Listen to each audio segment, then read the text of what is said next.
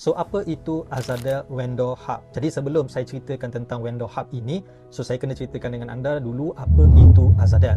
Azadel adalah platform e-commerce yang fokus kepada dua user utama, iaitu yang pertama seller, yang kedua affiliate. Jadi Azadel menggabungkan dua position ini untuk bekerjasama dan menjalankan perniagaan secara bersama. Untuk itu Azadel memperkenalkan pelan affiliate yang menarik untuk affiliate yang mana mereka boleh menjual berbagai-bagai produk dan juga jana pendapatan pasif.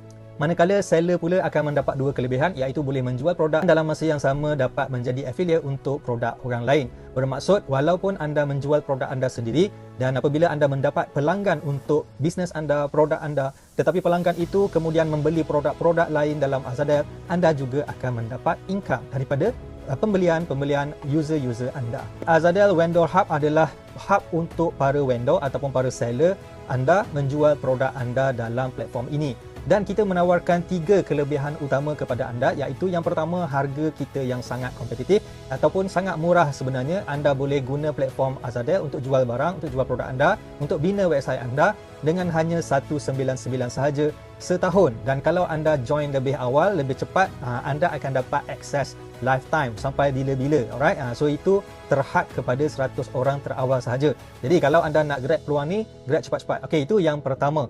Yang kedua, apa yang kita sediakan adalah kerja marketing, iaitu di mana kita mempunyai para affiliate yang bersiap sedia untuk mempromosikan produk anda. Cuma anda kena sediakan commission untuk diberikan kepada affiliate untuk menggalakkan mereka mempromosikan produk anda, dan kita dah pun ada para affiliate tersebut.